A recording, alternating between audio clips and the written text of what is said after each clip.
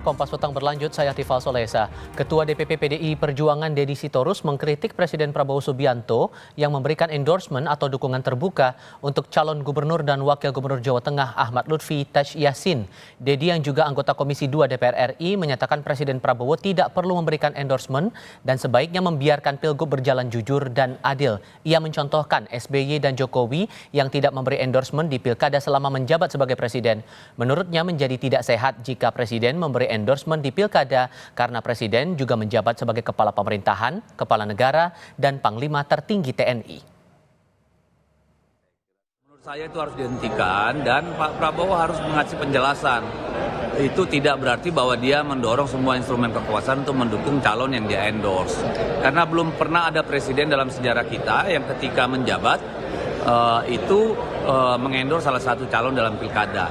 Karena selain ketua umum partai, selain anggota partai politik kan presiden itu memegang jabatan yang paling tinggi sebagai kepala pemerintahan, sebagai kepala negara dan sebagai panglima tertinggi angkatan bersenjata. Ini sangat mungkin nanti disalah-tafsirkan orang, dibawa sebagai harus mengikut perintah presiden dan itu kan nggak sehat.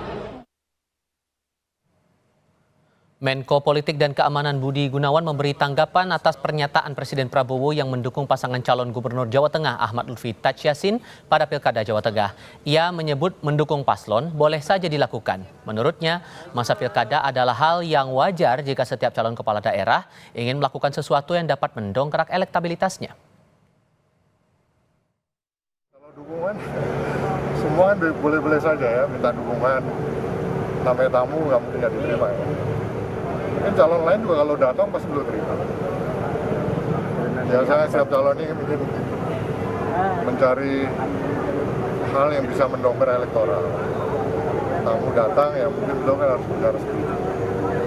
Ya, saya rasa yang lain juga boleh saja kalau minta waktu video ya. Oke. Pasangan calon nomor urut 1 Pilkada Jawa Tengah Andika Perkasa Hendrar Prihadi menanggapi dukungan Presiden Prabowo Subianto kepada pasangan nomor urut 2 Ahmad Lutfi Taj Yassin di Pilkada tahun ini.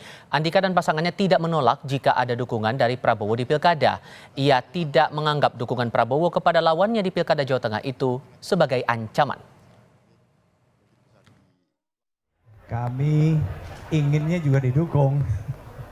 Jadi itu adalah suatu dukungan yang sangat berarti bagi Mas Lutfi dengan Gus Yassin. Tapi kami juga sebetulnya kalau misalnya kami bisa menyuarakan, kami juga ingin didukung juga. Tapi kami sejak awal menawarkan visi misi program yang sesuai kok dengan kebijakan-kebijakan pemerintah pusat. Cagup Jawa Tengah nomor urut 2 Ahmad Lutfi menanggapi dukungan yang diberikan Presiden Prabowo Subianto lewat video. Video ajakan memilih itu diunggah via akun Instagram pasangan Ahmad Lutfi Taj Yassin. Lutfi berkata video itu dibuat usai pertemuan dengan Presiden Prabowo, namun ia tidak menjelaskan latar waktu pertemuan itu. Beliau adalah ketua parpol ya. Pada saat itu hari Minggu ketemu kami, yang jelas beliau dukung kami. Intinya itu. Kita saling mendukung terkait dengan program. Artinya apa yang disampaikan ini adalah bagaimana kita bisa menyampaikan program-program kita dan memuji program-program kita dan lain sebagainya. Hanya sebatas diskusi kecil.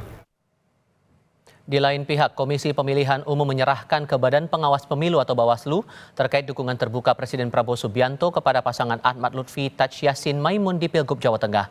Anggota KPU RI August Melas bilang soal kampanye oleh pejabat negara sudah ada aturannya di PKPU. Sementara soal dukungan terang-terangan Presiden Prabowo untuk Ahmad Lutfi dan Taj Yassin di Pilgub Jawa Tengah, August bilang KPU tidak beropini dan menyerahkan telaahnya kepada Bawaslu. Kalau di aturan KPU kan sudah disediakan dan itu sempat sebenarnya kan relatif tidak mengalami perubahan ya.